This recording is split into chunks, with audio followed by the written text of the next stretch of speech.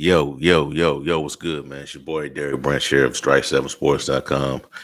Today's Sunday live, today's live stream. We're gonna go over a few topics today. Not really gonna stick to one subject on today's video. We're just gonna go over multiple topics discussing the weekly events in sports, and some couple of things, some remarks people made, some throw a little Sunday boxing talk into the mix as well. What's going on with the big fights? Then we're gonna bring it back to some Sunday boxing talk, and bring up this possibility, this idea of where you know this stable could possibly thrive in, and it's most likely that they could possibly mess it up as well, knowing them. And also, we're gonna talk about some NFL stuff today, man. I didn't really hear a whole lot about it, but it came across my messages today, my emails showing what the NFL could do with a possible one of their services. They're one of their popular products, so we're gonna talk about that as well. But first, we're gonna open up with the news that dropped a few days ago, and that is concerning um, Tyson Fury and Deontay Wilder, the trilogy, the final chapter in the whole Tyson Fury and Deontay Wilder beef that's been escalated since 2019. They dragged it in 2020, and the fight that night on February, Wilder went down that night. Then it just dragged on 2020, just back and forth with the glove controversy. The water was firing. What's his name? Mark Breland, the trainer. Um, JG is still on. They bring in Malik Scott as a new trainer who has been working with Wilder. Just showing a lot of the videos of him training. He looks good and all. Um, but bad news is that Fury and his team, I think it was about 8 to 9 members of the team, tested positive for COVID-19, and the thought was that the fight could get it postponed. That was the hearsay at first, and then like a few hours later, it was bam. Fury tested positive for the coronavirus. Now there's a lot of talk going around saying that Fury ducked the fight. Is ducking it, and he's not ready mentally or physically to get back in the ring with Deontay Wilder. Who knows, man? I'm a little disappointed, because I really want to see that at the third fight this month. I was right now I'm currently on the road traveling for my job, my other job that I'm involved with the military, and I was gonna my last day is the 24th, so driving back home, I was gonna because I got a long drive. I was gonna stop at a hotel just to take a break, get some rest in and chill out for a little bit, so I could get ready to go the next day. And I was gonna open up that laptop and order that fight, possibly through ESPN's Plus service, through a pay-per-view, and order the fight and watch it, go live on it, but unfortunately it's not happening. It's not happening at this time. It was 2 weeks away, but it's canceled because of Fury supposedly test positive for the coronavirus. And I just been hearing all kind of talk and rumors about he's doing this, Fury's doing that, and it may be true. I heard yesterday that late last night that Fury was spotted at the UFC event. Now, the one that took place with Conor McGregor and not that guy's name he lost to, but anyways, the one that took place last night. But he tested. He's supposed to be tested positive. When you test positive, I thought you had to quarantine. I don't know, man. People doing whatever they want, man. And also that also other reporters that I think it was the Dan Rayfield report on this as well is that yeah, that Fury only took the first shot of the vaccine. I don't know which one he got, but he took the first shot of it and never took the second one. I heard it was stated that he had some effects of the adverse effects of the taking the shot. So I guess it kind of discouraged him from taking the other one. Who knows, man? It's you know, man. Who knows, man? It just we never know with boxing. You never know what with these promoters and these networks. They could spin any type of narrative, any type of PR to the media, and get them to push it. Especially when they're attached to these big networks. I've been hearing all kind of things that could be possible. The possibility of why they are postponing the fight. Ticket deals weren't great. Fury is not in the best shape, best conditioning right now. Hearing that Fury was getting knocked down a few times during camp, all kind of stuff, man. So I mean, we just gotta wait, man. I'm hearing that now in the latest report is that the fight is going to take place in October now. Is a new date. I think the first week of October, if I'm not mistaken. So it's unfortunate, man. And I think they blow a good opportunity, man. A great opportunity because you had I think the finals would be wrapped up by then, and you would have had the night all to yourself. That night, that whole day, pretty much to promote the fight, get a build up of the fight. Dominate social media for that night. But now you can't do that because of this situation now. And then I heard some other stuff coming out about Dillian White wanting to step in and fight Wilder during that night. I'm like, no, Wilder needs to fight Tyson Fury. Fight Tyson Fury to get the belt back. No, not Dillian White. Nothing against Dillian White, but I just think that he's not disciplined enough to beat Wilder. He's just not. I don't think he can do it. I could be wrong and all, but I don't think he's not disciplined enough to beat Wilder. I just think he's just holding up space and time, taking up the space with the heavyweights. So I just think it should be Wilder, man. Wilder and Tyson Fury 3. We just gotta wait and deal with it. Hopefully, Pacquiao and Spence don't get postponed as well. Hope if anything, if it's getting that bad in Vegas, they can move the fight to Dallas, the Cherry World, where Spence would have a huge advantage. But Pacquiao fans travel, so it would be a big fight. I think it would be even out with the as far as the fan bases. Wait a second. And then if you're coming into the chats, just give me a like, on the video. It works with helps with the visibility of the platform as we try to grow it as a brand, an independent brand. Builds up our awareness as an entity in sports. But it is what it is now, man. It's unfortunate. I am disappointed. I really want to see that fight, the third trilogy of this fight. I was going to order it, and do my breakdown on it, But on to the next topic here is that we got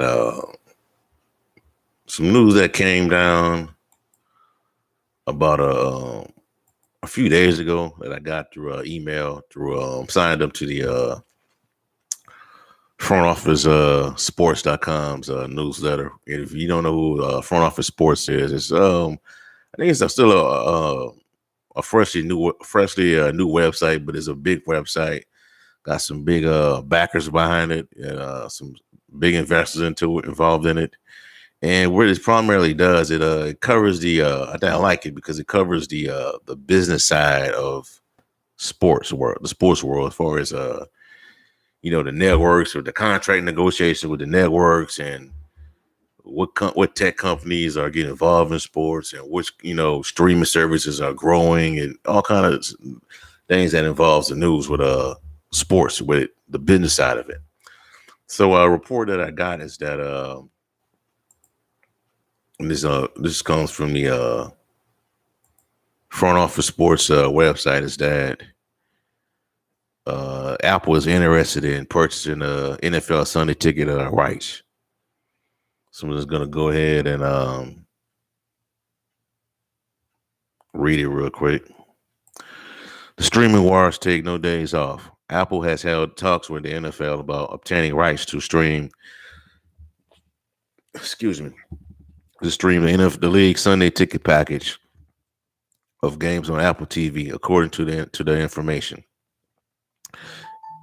It appears that Disney is also interested in buying the rights for ESPN. Give me a second, hold on real quick.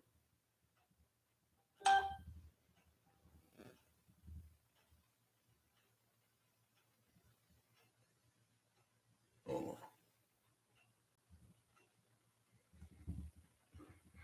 Yeah, I'm back. It appears that Disney is also interested in buying the rights for the ESPN. AT&T owned DirecTV currently pays $1.5 billion each year to broadcast Sunday ticket through the deal, though the deal expires after the 2022 season.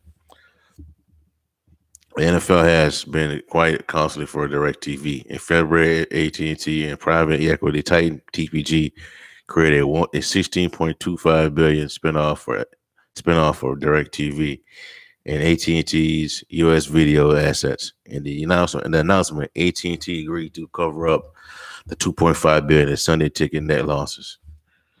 A Moffett-Nathanson study showed that only 10% to 11% of households use Apple TV Plus to stream content in quarter four 2020, compared to 75% for Netflix. Apple could follow other tech giants in using sports and lure new subscribers. Last year, the company hired James DeLorenzo from Amazon to run Apple TV Plus sports division. He had been head of the sports for Amazon Video. Apple met with the Pac-12 conference about live streaming college sports in 2019. Amazon also cited as a potential bidder for NFL Sunday ticket. Has exclusive rights to Thursday Night Football on a $1 billion per deal. Google owned YouTube packages, the MLB Network, NBA TV, ESPN, NBC Sports, and other sports channels into its paid YouTube TV service. So there you have it. The Apple is interested in purchasing NFL Sunday ticket. I never used Sunday ticket before. I currently have DirecTV. I'm not subscribed to it because I use NFL Game Pass. So I think it's a great service. It's where you pay to watch. Where you pay by a year. You can pay about a year, or you pay break it up in segments for like $99 for a few months. You can watch. You stream the audio, the radio version of live NFL games. You can go back and bench watch NFL games, the shows, all that. I think it's the all 32. We do watch game tape, game study. I just like it's a great product. I use it sometimes when I watch the Saints. When I can't, you can't watch them on your local area. I use Game Pass, stream the live audio of it, and it's a great product, man. But I think this would be a interesting deal here with if the NFL would decide to go the all streaming route with Apple TV Plus and watch to use promote NFL Sunday ticket. Now with this deal, would the price go down for NFL Sunday ticket, or would you have to continue to keep that same price of what you're having with DirecTV? Now that it is streaming now, are we going to see all the commercials, or those commercials will continue? Because usually on streaming services like Sling TV, YouTube TV, you don't see a lot of the commercials for these networks. So That's just something you gotta. That's just something to look out for right there. I think is some potential right there that the games. I think if it's lowered to a lower price, I think it would be successful. Streaming NFL, Apple, and they would also boast Apple TV's sales. I don't hear a whole lot about Apple TV Plus or Apple TV. People using their streaming service. They're like their devices. I don't hear a whole lot of people using it. I hear it's popular among very few, but when people talk about streaming sticks and all that, it's usually Fire Stick, the Roku's, the Nvidia Shield, Amazon, the Apple TV. So we'll see how it goes, man. But it's something to look out for, man. All right, so my next topic I want to talk about is a statement was made by Dan Orlovsky on Carson Wentz, not Carson Wentz, but stating that the Eagles didn't draft Jalen Hurts to undermine Carson Wentz. So we're gonna play a little audio from the video.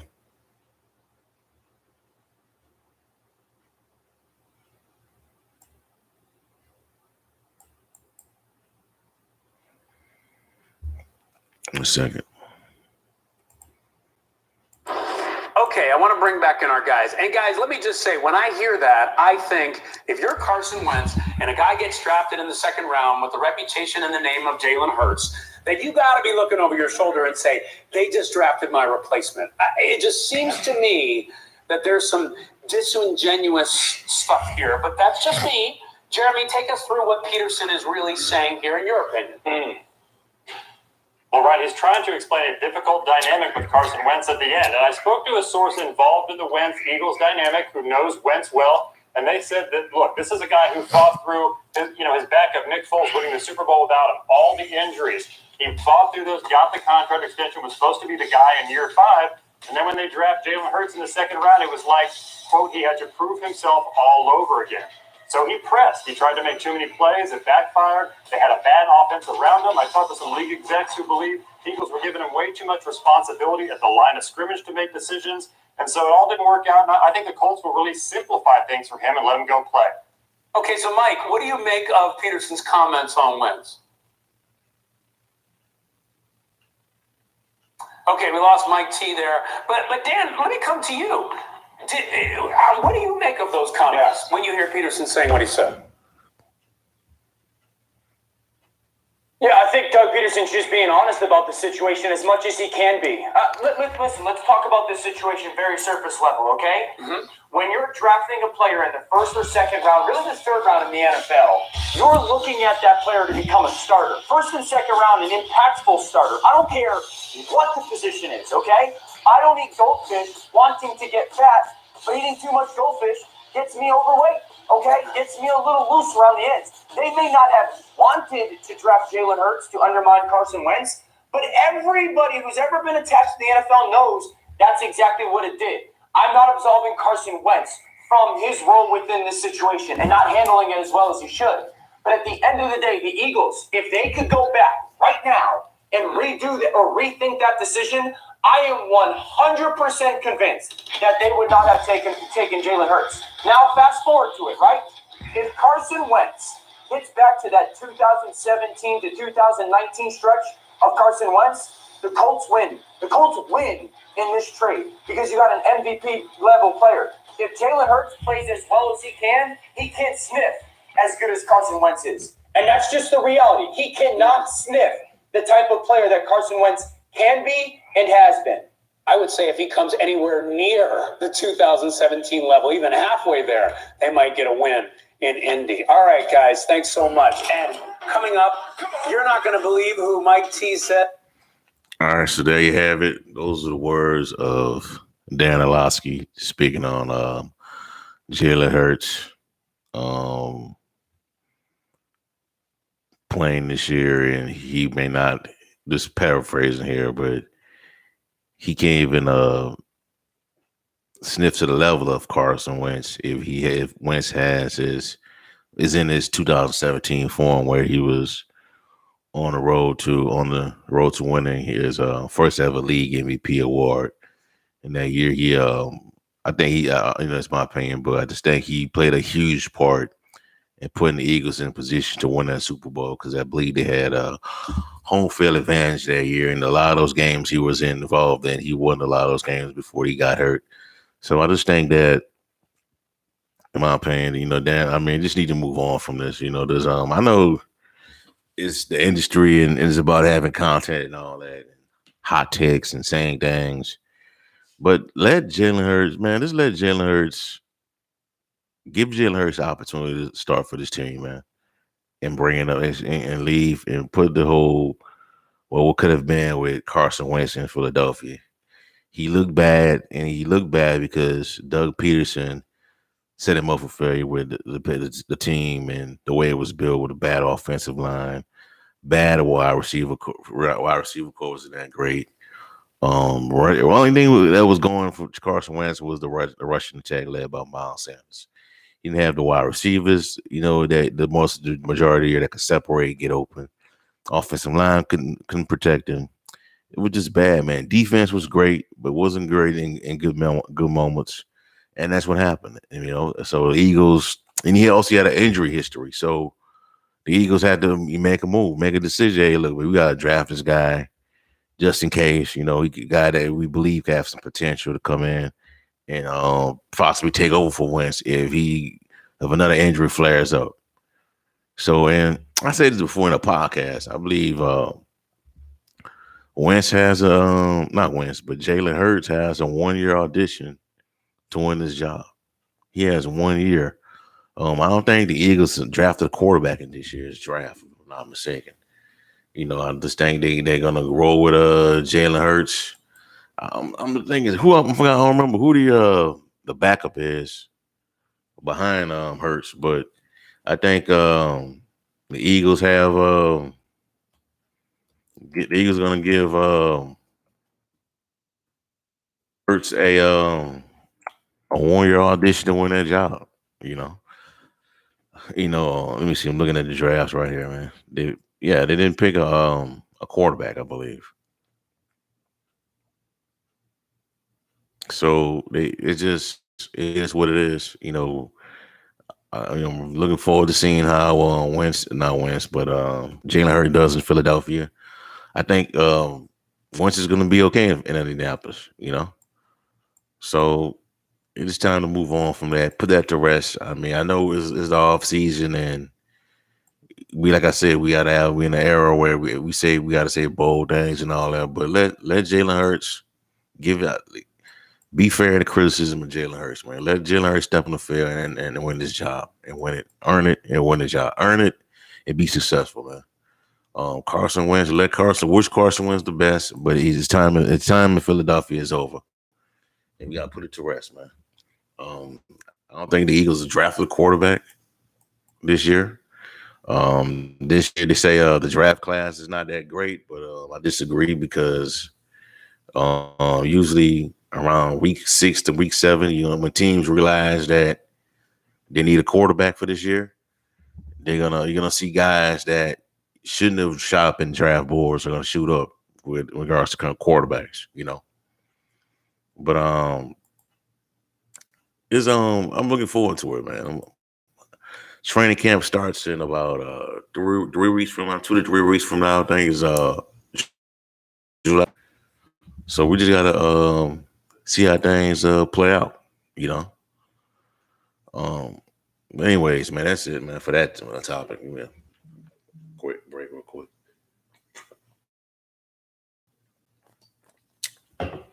All right, but on my next and last topic, and is involving boxing.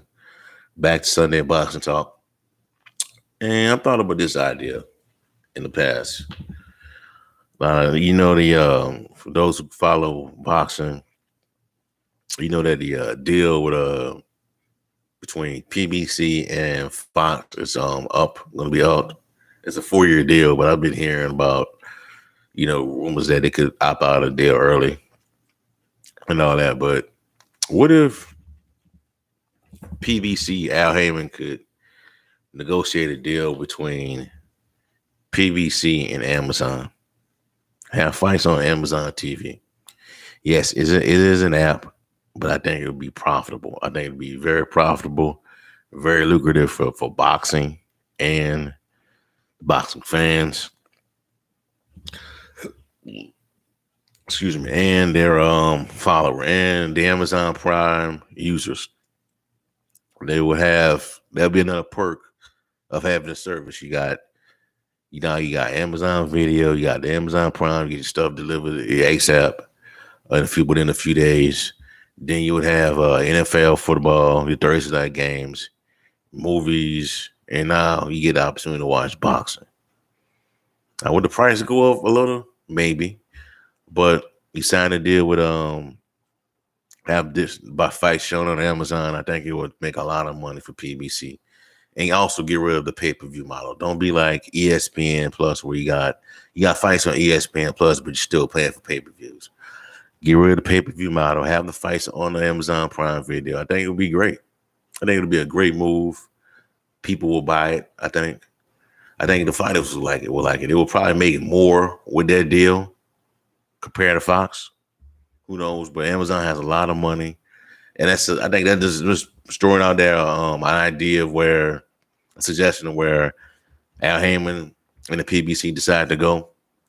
If they decide to, if Fox decide to not re-up on the next deal when it comes to negotiations, I think Amazon would be a great place. You have Amazon TV and Showtime. I think it's a good combination, man. Also, man, I mean, they could go back to USA, but they go to USA. I think that wouldn't be bad either, But anyways, man, I gotta know. I don't see any comments, in the chat box.